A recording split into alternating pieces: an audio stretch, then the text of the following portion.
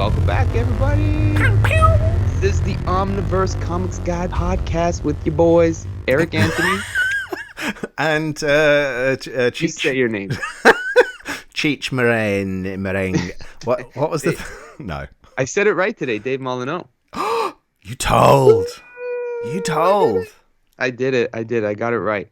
Everybody watching, thanks for tuning in on Twitch. Thanks for watching on YouTube. If you're coming in after the live, please give us the thumbs up, the subscribe button. That's always very, very helpful and appreciated. Send a comment our way. Say, you guys suck. You guys are great. Whatever you're feeling, interact. We want to get feedback so we could be better. And if you're listening on Apple Podcasts, Spotify, Podcast Addict, subscribe as well. Because then you'll be updated when new stuff comes in, new episodes are out there. And again, it helps us to know what makes good podcasting for you folks. So if we're not doing a good job, tell us. And if you think we are, 5 stars. Or that's 10 stars. 5 stars. There are no other star options. That's no it. Other stars. That's just it. 5. Just 5. And then most importantly, omniversecomics.guide for all your comic goodness. Because that guy right there, he's a mad scientist / genius. He's got the vision. I've got his head chopped off in a crate, dismantled. Screw you, Wonder. Yeah. They gotta visit omniversecomics.guide because every time you go up to the site, you pop up the site, there's something new. Yeah. Well, there's been a lot of new reading orders for events, but I want to start picking up the character reading order stuff again soon. So a lot of people are asking for all sorts of stuff at the moment. People are requesting New 52 Batman, Post-Crisis Batman, Green Lantern, Marvel stuff as well. That's great.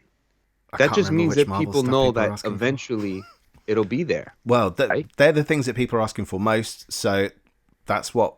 Expect to see that stuff soon. And that's the thing, like if people want to see certain stuff, let us know, because then we know what you want. So we'll make that our focus. Right. And if you guys have ideas for episode, you guys, gals, folks listening, if you got ideas for episodes that you want us to touch on, your ideas will be a part of the creative process, and that's great. So today's top 10, Dave's been, I think, itching.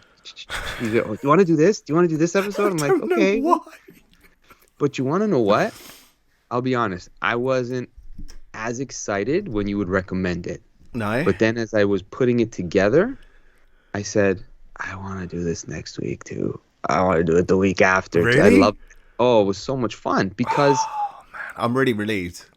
You're going to be so disappointed in how obvious I'm going to be tonight. We're going to switch. That's the point, I don't mean like you're normally really obvious. You know what I mean? Because you're normally going, I've only got really obvious choices tonight. And I go like, come on, no, they're not all going to be obvious choices. You're fine. But like, I feel like I've got obvious choices tonight. But I think that's the beauty of this, is that no choice is wrong because it's the impact that it made on you when you read it. Yeah. So we can be technical and be like, well, we got to mention this moment in Uncanny X-Men, because if you don't.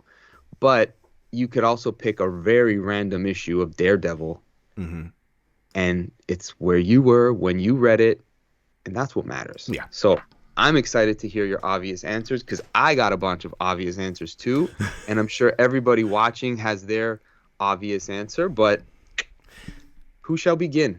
I think this should be you, sir, because it was me last week. Are you sure? I think so. Should we do what's the thing? The game? Paper, rock, scissors, paper, stone. Whoever comes first. What? Limp Bizkit. No, what was this rock stone thing that you had that time? What do you call it in England? Scissors, paper, stone. Yeah, that silly game. Rock, paper, scissors. I mean, you do this when you do it, right? So maybe we won't do that. I'll go first. You go instead first. of continually to stroke the camera. Continuing to be a downhill skier. Bell end. Harsh. Okay. So the question is, do I want to steal one from you? No. Or should I just take my chances? I'm going to go with one that I feel this series,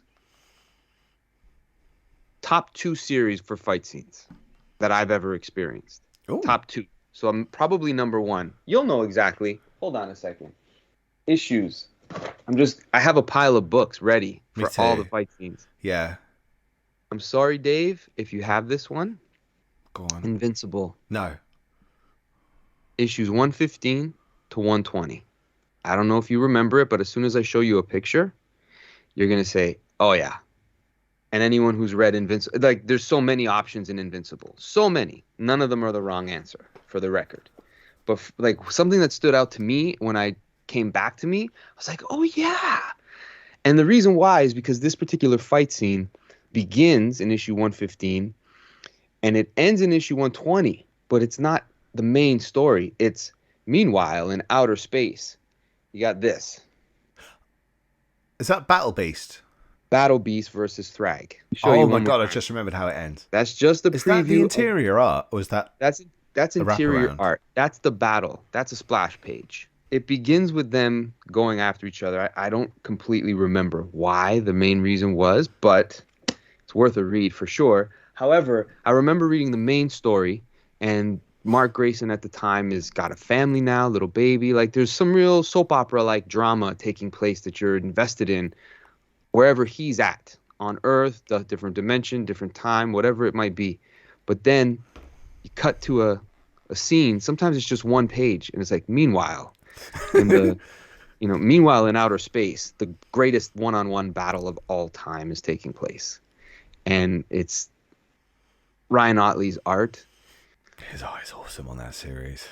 So at good. This point, he's like the best action scene artist at this point. There's nobody that was better. We'll go on a limb and say, like, he just got so good at drawing this book and really capturing what Robert Kirkman wanted to bring out of those fight scenes, those characters, that world. Like, just a perfect artist for the book. The way it ends, do you remember? The winner? It's what happens to the loser. Yeah. It's a big one. Yeah. I don't want to spoil it no more than that, but we've talked about Invincible all the time, and I couldn't, like, listen, if I got to be fair, you got to mention that again. Okay, look, in terms of stuff that we have kind of talked about more recently, this does fall into that category, although not specifically. Yes, it's Peter David's Hulk. That's always going to be spoken about. And that's the thing, like, for the whole rule of, like, you can't not mention that. I personally cannot do this tonight without mentioning Incredible Hulk number 340. Smart. Such a smart cover. Yeah, and emulated so many times since. Yeah. But quick overview. Wolverine made his first appearance in Incredible Hulk just before he joined the X-Men. So he made his debut as a character in Hulk, and it was when Hulk was in his leave Hulk alone, big green dumb beast kind of days. So their second fight, which was 14 years later, in real life terms, it was a Wolverine who'd been with the X-Men. He'd nearly got married. He wanted to impress Mariko. He found family, the X-Men. He wanted to be a samurai, and he's trying to calm himself down. Meanwhile, the Hulk has been turned into the grey version of him, who's a smaller, meaner, vicious bastard. And basically, the two of them meet. The Hulk's just bored, and he just wants to scrap. Whereas Wolverine is like going, he can smell him first before he sees him. Right. And he's trying to retain his cool. So the X-Men are supposed to be going to Dallas because it's just before the Fall of the Mutant storyline when it's been predicted the X-Men will die in Dallas.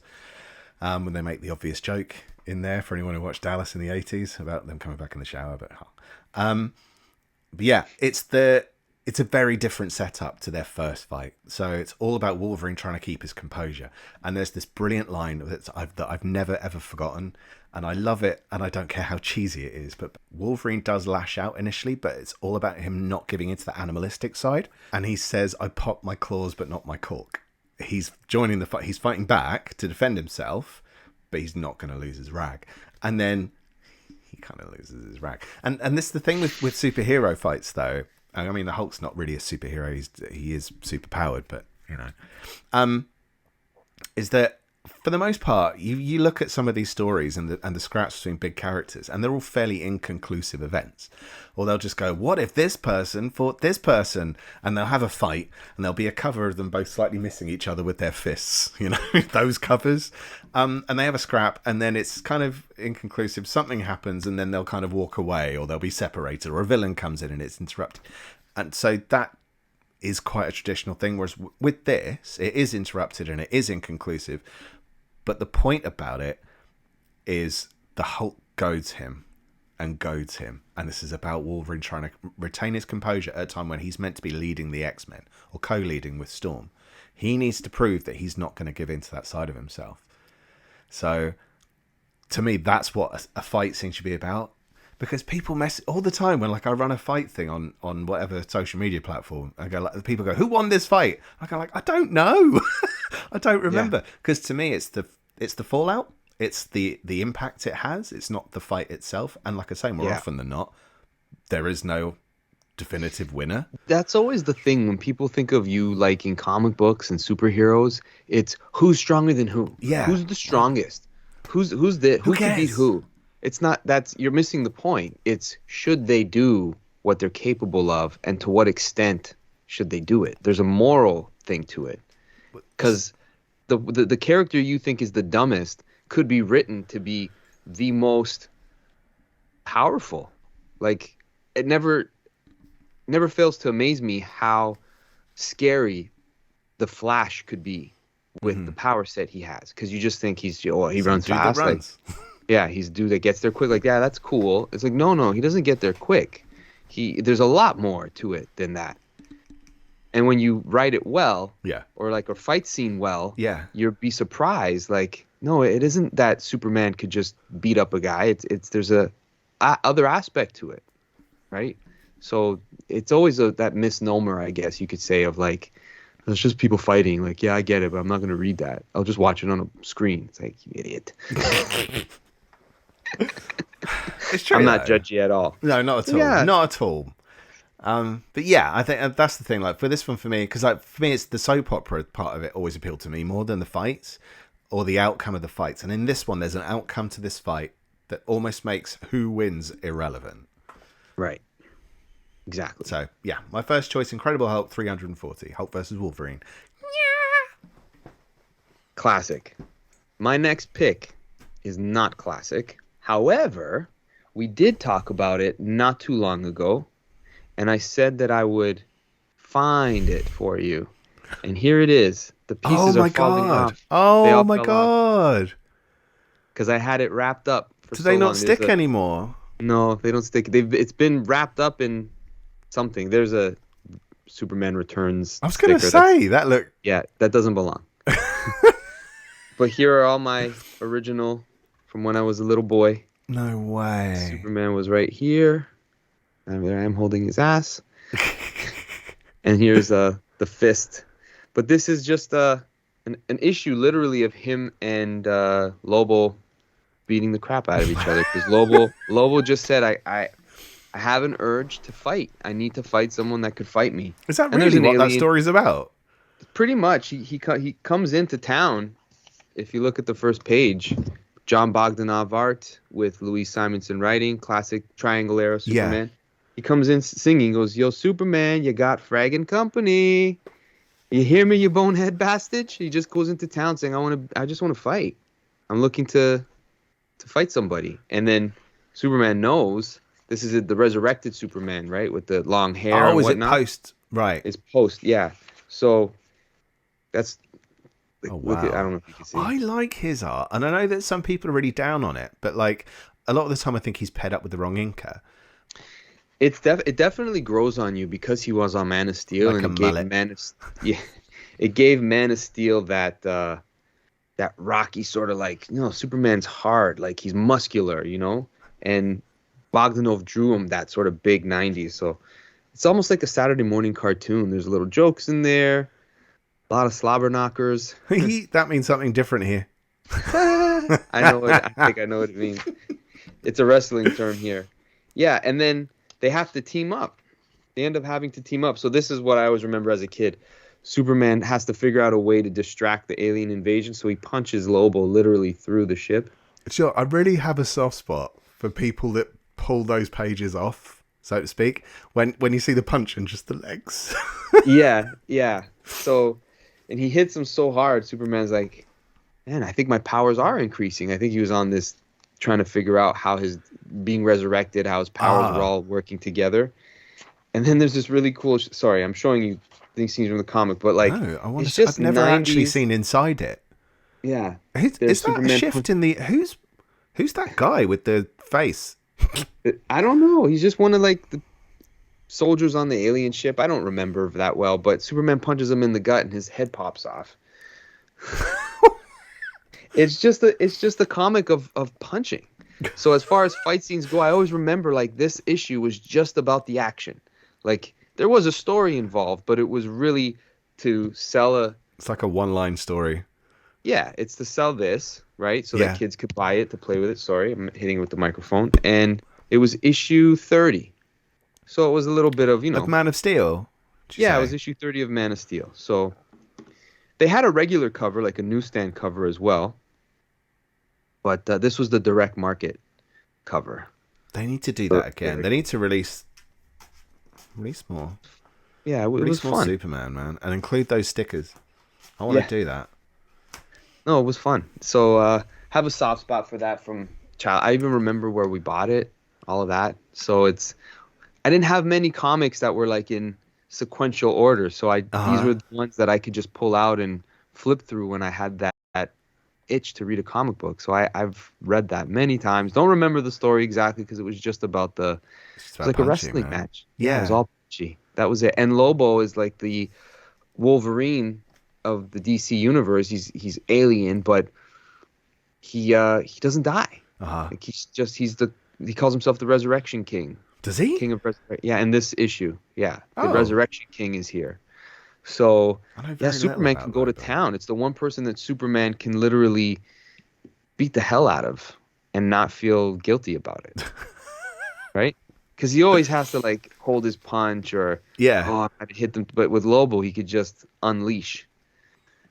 It's a good little, I don't know, not MacGuffin device, but it's a good little sort of like, let Superman beat the hell out of somebody, throw Lobo into a couple issues, That's the thing, man. And even though we've literally just sat here and said, you know what, it's not all about that.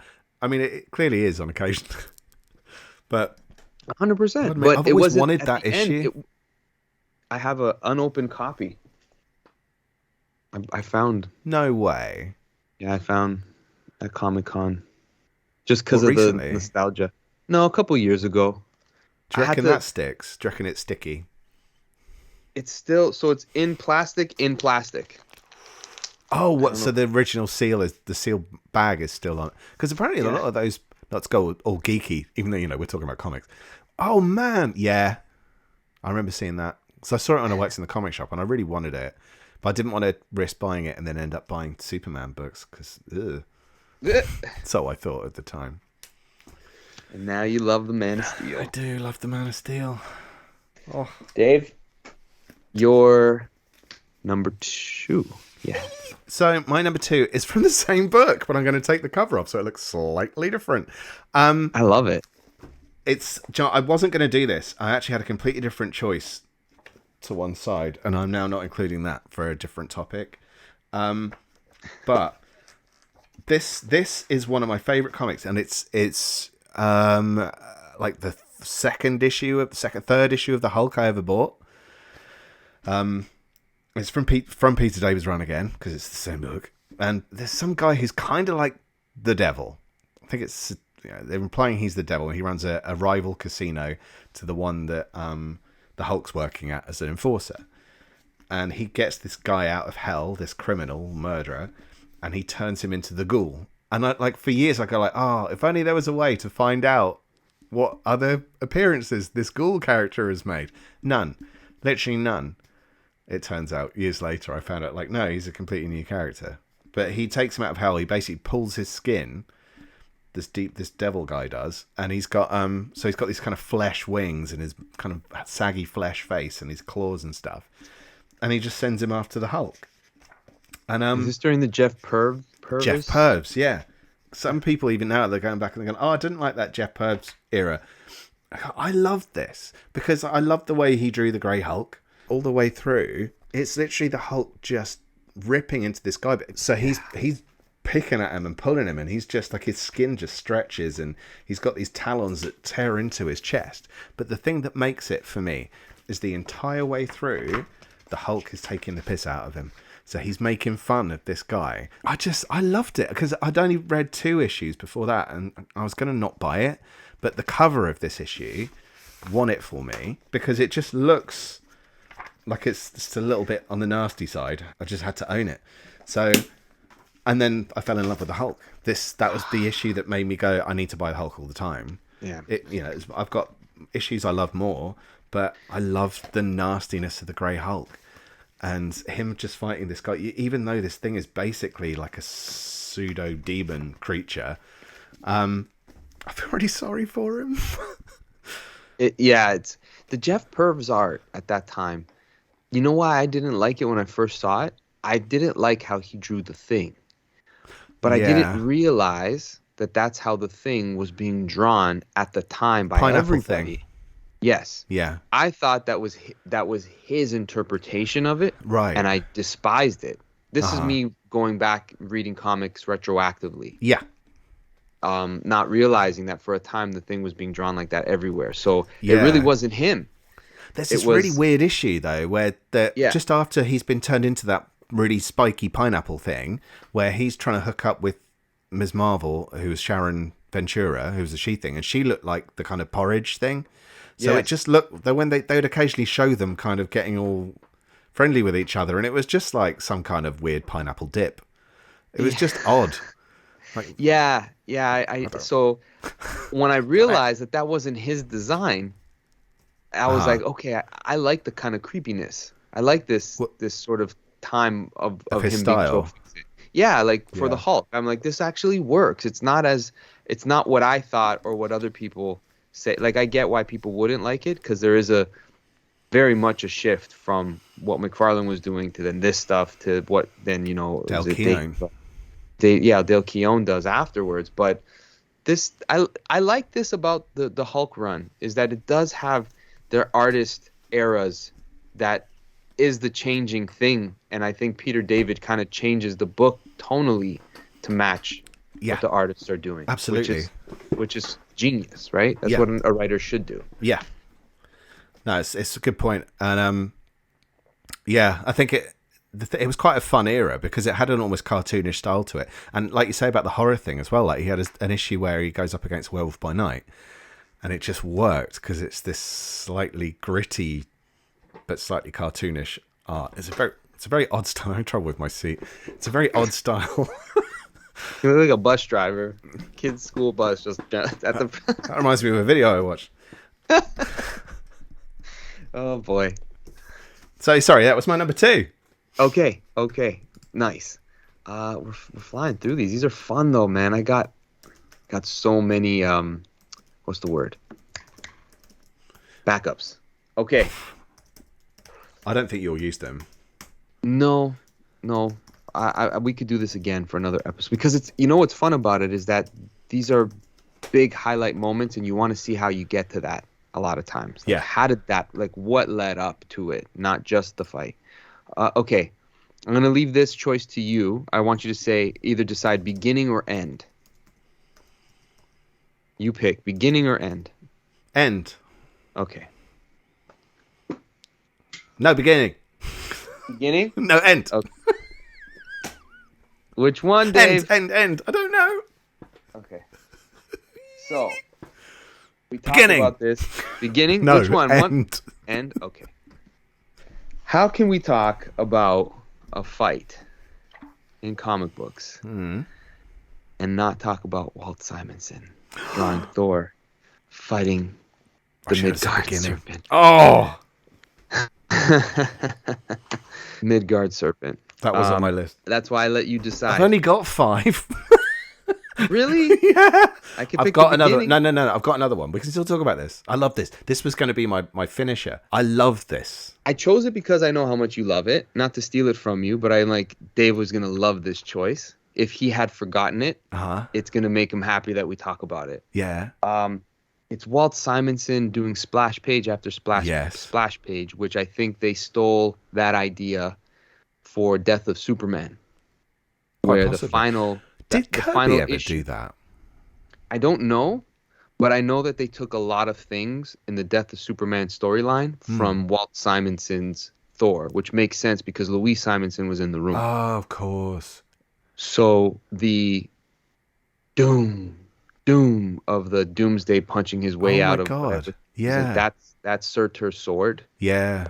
And this issue of the splash pages is just Thor and the Midgard. Like the whole book's been building to this moment because it's Walt Simonson really doing his Norse mythology. Like he was almost treating this like his creator-owned book. It feels like that, and I forget that he didn't create Thor. That's how much I love this run. And that's one thing we have said on this one before is that he made it quite a funny series. Yes. And that's one of my favorite things about this particular scrap is that the issue before they were talking in the previous issue he fights Fin Fang Foom, which Fin Fang Foom at that point wasn't really, he hadn't really been brought back in. That just looks so cool. Right. He hadn't really been brought back into the mainstream Marvel universe properly at that stage, I don't think. I think he'd appeared in some of those kind of 1970s horror reprint books, like Where Monsters Dwell or something like that. And this is where they kind of, it looks like you've got Thor versus Fin Fang Foom, and then it's like the reveal, it's not actually Fin Fang Foom, and there's so many jokes in it as well. Yeah. And it's really funny. Like it's a funny couple of issues. And then it kind of goes to a different tone again after this story, after this two-parter.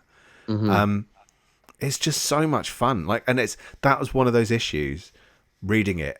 I remember going through, like the last time I read it, and I've read this run about 5 times in total, start to finish. And I've just got that every time I read it, I've got this just, it hurts on my face where I'm smiling so much. Like it just makes me so happy. I just love those comics. Me too. I would venture to say it might be my favorite series. Like I just love it. I never look at it and I love it so much. It just makes me happy. Yeah. I love the colors. I love Walt Simonson's art style. I like the humor. I like the side stories, the mythology of it, the cosmos, like the cosmic story. Like it's just got everything for that I love. It's got the Lord of the Rings sort of fantasy world, and then all of a sudden you're fighting like you're in Ragnarok. Like it's just anything that you would hope they would do in the movies, everything is here. This is where for me, this is where it lives. I even like when Sal Buscema comes on. It's the one time where I feel like I know the artist changes, but it's done in a way where it still matches what you were kind of used to before. Yeah. But this is where Walt Simonson, he actually comes back to draw this issue. Yes. Because for a few, I don't know how many it was, but maybe a year's worth of story, it was all Sal. Yeah. Right? He took over the book, and you hadn't seen Walt's pencils for a bit, and then this big climactic moment. It's just beautiful. It's just so much fun. I love it. It was either the beginning of the book or the end of the book. I didn't know which one to pick. If you like omnibuses, this is one that I feel like everyone should own. Yeah. It's just that good. And it's one volume of arguably the most fun you'll have with Thor. Yeah, it's complete. It's complete, exactly. I'll tell you what we'll do is a little sidestep, if you want. Okay. Because I want to know what you're going to pick, and I'm wondering how old school you're going to be. Okay. So, what's your favourite fight scene in a film? Boom, go. Ooh, fight scene in a film. Man. I do enjoy the Captain America and Bucky scenes. Those are good. Jason Bourne comes to mind when he has to use like the newspaper and the other guy's got a knife. Right. That's pretty. You feel like ooh. And that's cool. Actually. Film or can I pick a TV show? You can pick a TV. Pick a film and a TV series. I can't think of anything that made me like at some point in time I felt the realness of it was Daredevil. That second floor. The corridor. The corridor. Yes, absolutely. Jesus. Oh. It's the tiredness. for me. The tiredness. I know loads of people have said it. Like, he gets tired. Like, yeah, but I'd never seen that done in anything before. And it was like one camera, like it didn't cut. It didn't cut. Like, it's probably the same 4 guys running at him, but it doesn't matter. Oh man, and it's just him slowing down. That whole show, that first series particularly. Yeah, but I remember watching that and just saying to myself, "Whoa, like I believe." I can see somebody being this crazy, and they filmed it in a way where it's like it's not like he comes out getting his lumps. Yeah. You know, and that's what makes it's like, but he still goes. Like, that's the difference. It's like they're just the determination of these characters. They're crazy themselves, right? So Omega Bread just said it, and I thought this was the case, and I totally forgot. But it was an homage, stroke ripoff of Old Boy. Wasn't Old Boy done though as almost like a side scroller version of that? I can't remember. I don't know. I never never seen Old Boy, but I had a feeling in my head it was influenced heavily by a Japanese film, but I wasn't sure which one. So I haven't seen many. We do have a comment from super producer Misha this week. We do. She has some fight scenes, and they're pretty classic ones. Hard to top. The first one is Terminator. When the two are fighting and the new Terminator gets his head blown up, and then it reforms and his hand turns into a sword. For the cinematography, that was pretty epic. One of the great things about that, we were chatting about it earlier.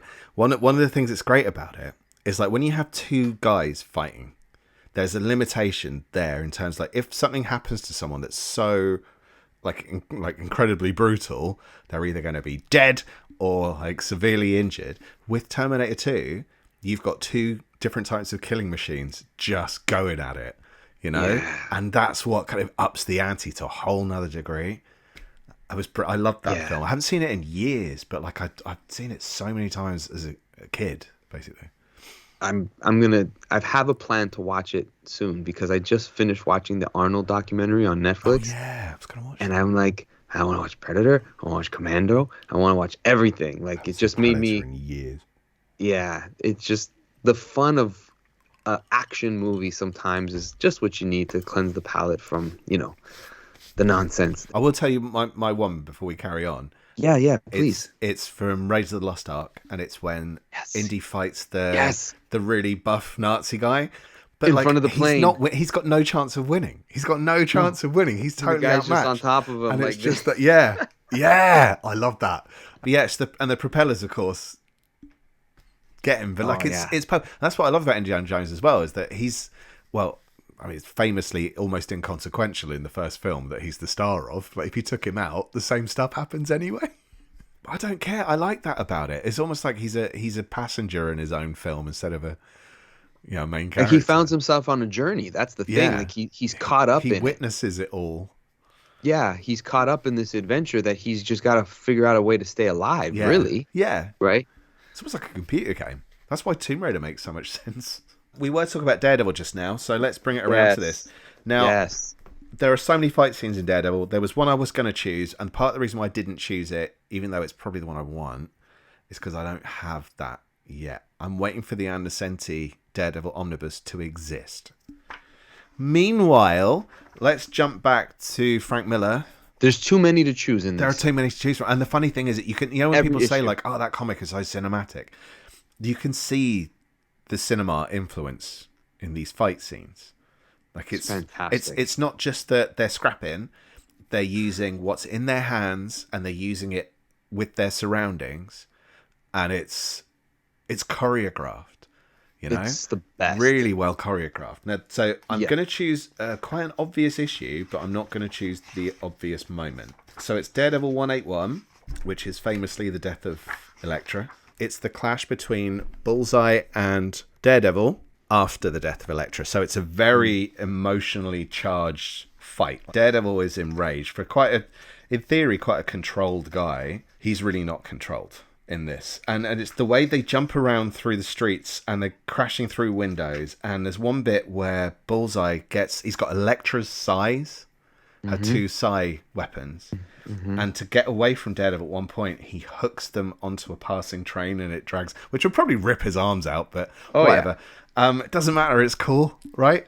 So and then they're like fighting on a high wire. And then it's the real moment of it all is that Bullseye could fall to his death and Daredevil grabs his arm and saves him, but not permanently. He makes a decision to let him go, which is a very unheroic moment for an early 1980s comic. Like, book is so good. You know, heroes don't kill. And he doesn't. I mean, Bullseye doesn't die, which I guess is how they get around it. But it's so good. That whole issue is categorically one of the greatest comics of all time. Marvel in the 80s was the best. Yeah, it really was. And it's funny because like it's one of those things that when we start talking about it and think like, yeah, this was good, and then we start talking about it and go, oh my god, this is just so cool. It still holds up. I'm on number 4. Yes. I gotta make good choices here, Dave. I gotta make some good choices. You do, man. You've only got 2. Do you know what? I'm gonna go to Daredevil as well. Okay. Because it was impressionable on me. And it's very early in the run. It's Roger McKenzie is still writing the book. It's the issue where he fights the Hulk. And it just seems ridiculous that they would even put them in that scenario. Yeah. Like, that's kind of the point, right? That's the point. Yeah. Exactly. And the choreography, the early choreography, because this is Frank Miller. Yeah. He's not writing it yet. No. We're not into the whole ninja, Elektra, all of that Kingpin drama. Just before, yeah.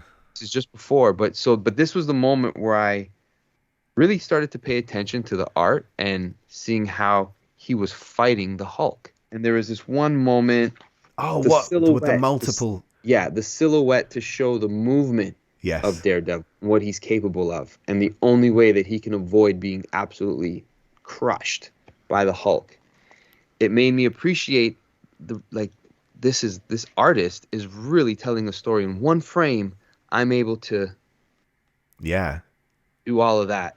And I'm just like, yeah, I can see why his name is revered when it comes to Batman and Daredevil and his art, the stuff that he did at this time. He was just at the peak of his powers, Oh, absolutely.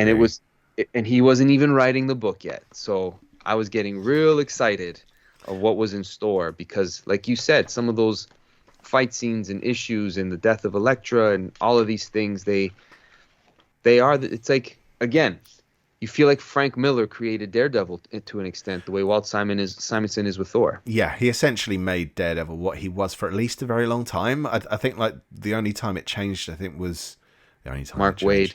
Before Mark Waid, even Joe Kelly's run brought it back to the old Gene Colan days, partly by bringing Gene Colan back to the series. So Gene Colan returned to Daredevil, and it was a little bit more upbeat again, but it was still quite dark. Right. But then and then Mark Waid really kind of cemented that again when he jumped on. So it kicked off that kind of golden but dirty golden age for Daredevil. It's hard to Bendis' stuff is good, but you don't get that without this. Like it all comes back to this. It sets so much up, and I still think it stands up really well. Yeah, absolutely. Yeah, you're number 4. I'm going to go with. Oh, that was a good... Yes. It's the issue when Captain America finds out that Hank Pym lashed out against his wife. That moment is a lot more brutal than it was in the mainstream Marvel universe. So the Ultimates is part of the Ultimate universe. That rather than them being Avengers, they're Ultimates because they're not really avenging anything. That was Mark Miller's rationale for renaming them, or at least in part. In the original stories, he wasn't meant to hit her. I think the idea was his arm is out when he kind of pushes her away. But then they added a sound effect in. So it became that he hit her, and then they kept it as that. I see. But this... I didn't know that. Yeah, this one, he's a total dick. Oh, it's categorical. Like, he's not just lashed out at her, he has sprayed her with stuff and all sorts. So Steve Rogers pays Hank Pym a visit, and he's basically fighting this giant naked man, but it's a super soldier, a regular sized guy, but a super soldier, versus a scientist who's a giant and in the nip. It's Brian Hitch, so that gritty, hyper detailed, visceral artwork, Plus, it was one of those moments as well where some people, I remember at the time, some people going, "That's not Captain America. He's too brutal. He wouldn't do that." Like, but this isn't Captain America. This is the whole point of the Ultimate line, is that they're a modernization. They're a slightly different version from what you know. And Cap was he's a soldier. They focus on the soldier and less on the kind of idealistic hero. And he doesn't hold back. So I mean, like, it's a harsh fight, man. But like, you can't root for Hank in this. You can't. There's just it showed a real nasty. They really played up a much more vindictive side to him, and it was pretty shocking. It's, as a hero versus hero thing, it's a very different approach to what we've been used to. A lot more. It felt a lot more real, despite the fact that it is a super soldier versus a giant naked scientist. I'm on my number 5. Okay, I'm gonna go with what I just feel is a brilliant example. Like, I don't know if anybody. There's so many great fight scenes in comics, and it is the art form to know how to move anatomy and get people fighting and make it realistic and have people follow. But firepower, somewhere in the, I'm gonna say the second trade, there's this scene where Owen Johnson comes home, find his family quietly in their abode in bed, and a handful of ninjas are in the room. This is such a good book. He has to fight quietly because he's fighting ninjas and he can't wake his family. So if you see, there's a moment where he almost falls on his wife, and just the way everything is drawn, like, you're moving with it. For me, as I read it, I'm just like, man, Chris Samnee is just so good. He's just fighting. It just continues all the way through his house, into his children's room, into the kitchen, silent as a church mouse, right? Just, he's essentially Iron Fist, right? Yeah. But he throws, like, he uses, I guess, the chi and throws a fire fist. Okay. Right here. And so there's like a whoosh sort of sound effect. Eventually the family wakes up, but he handles his business. And man, what a sequence of pages that you're following this fight scene in pretty much black. Like, it's all black and shadowy, so you're making really good use of moonlight. Yeah. And a fast-paced fight, silent. No dialogue, no nothing. Don't wake up the kids. Like, it left an impression on me, clearly, right? I'm like, man, what is a good fight? And I'm like, oh yeah, Chris Samnee is just a master at it. And he doesn't do the big muscles. Like, he doesn't do everything like super powered, but he gets the motion in such a way that you feel, yeah, I can see a trained martial artist doing that. Like, he made it make sense while you followed it. Yeah, so firepower, my number 5. That's brilliant. Weirdly, I hovered over that book while I was choosing and didn't pull it out. And I literally don't know why. That's a really good choice. That's a really underrated book as well. It is, right? Yeah, completely. Made our top 20 of last year, though. Because that's the thing, like, in terms of fights, I don't even register fight scenes the same way anymore. So all the stuff I read nowadays, they don't spring to mind, I think, of the other beats in the story. Mm-hmm. So it's Wolverine number 90. It's the issue that kind of ties into Legion Quest. So when Legion kills Professor Xavier in the past, the story that then heads into Age of Apocalypse. Over in the other X-Men books, big stuff is happening. It just so happens all the big stuff is happening now when the Emkron crystal crystallizes the universe because of the time paradox, and like, this is the end of Earth 616.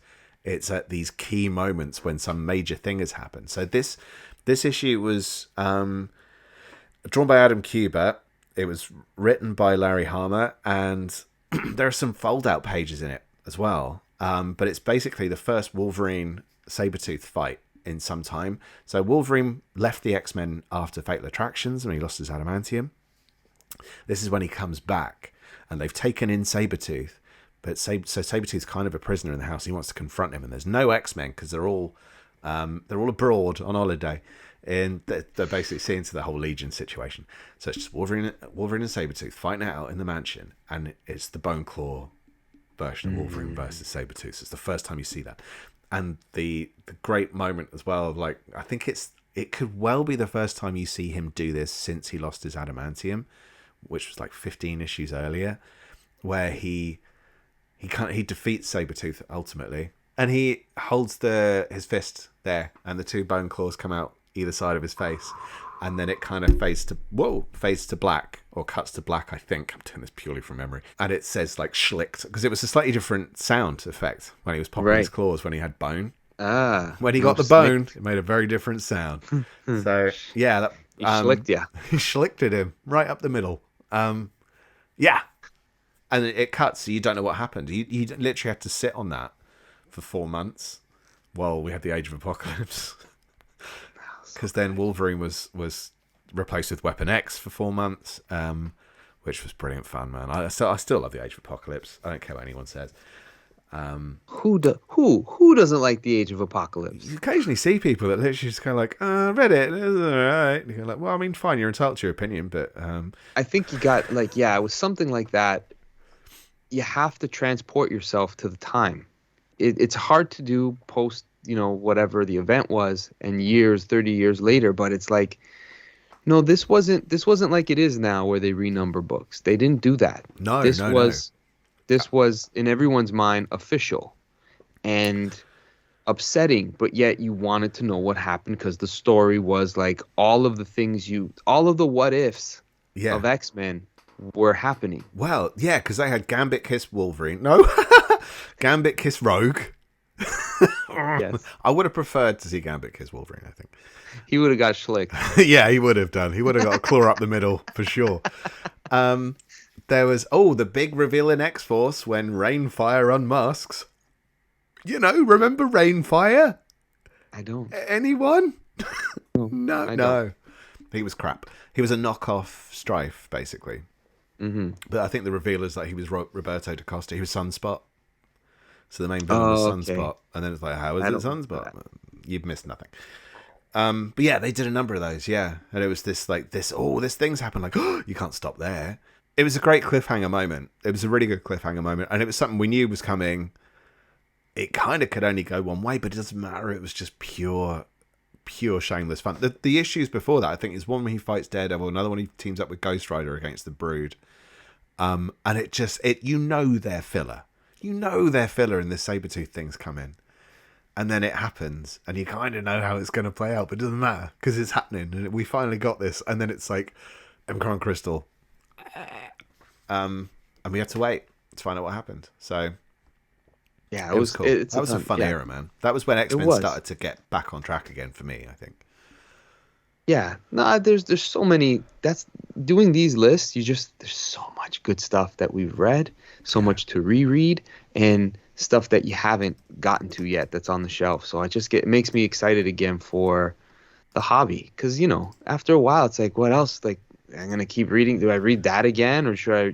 It's just, this gets you excited. It's yeah, like, I want that fight scene. I want to get to that point again. It's like watching movies, right? Yeah. Sometimes you remember how much you liked it, but you don't remember the movie. Yes. And you go back to it, and you're like, oh man, this was good. I'll come back to that at the end. You reminded me of something. You reminded me of something. No, come to it now. I was just going to say, it's Misha's birthday, so... happy birthday, super producer. Yay! Happy birthday. And How wife. old are you now? She's asleep. No, it's okay. Okay. Good answer. Answer. I'm not age ain't nothing but a number, but nice. Yeah. So what... Was there something related to her birthday event? It was purely the mention of Terminator 2 earlier. I was thinking like, we haven't watched a film in ages. I wonder if we're going to end up watching Terminator 2 because of this on a quiet birthday-related Friday night. Do it. That's great. It's such a good movie. I love that film. It holds up, man. Yeah. It really does. Oh. We did it. Another 10. We're going to do another 10 now. Okay. So my number 11 for the night is... I do think something like this could become a more like regular segment, because it's just endless. Yeah, it really is. It's not like you gotta think about it, but you can travel into any universe and find something in the story where it's like, that was a pretty good fight. Everybody that's watching again on Twitch, thank you for tuning in live. Those that are on the YouTube after the fact, thank you so much for coming back. Rate and review the show. Press the subscribe button, as well as on your podcast platform that you enjoy. Whatever you got on your phone, hit the subscribe button. Give us a review. Tell us what we're doing well. Tell us what we could do better. We love you guys. Dave, my friend, I bid you adieu. Out. We'll be back next Wednesday. Same Omniverse time. Same Omni channel. That's right. All right, everybody. Take care. Oh, yeah. Bye.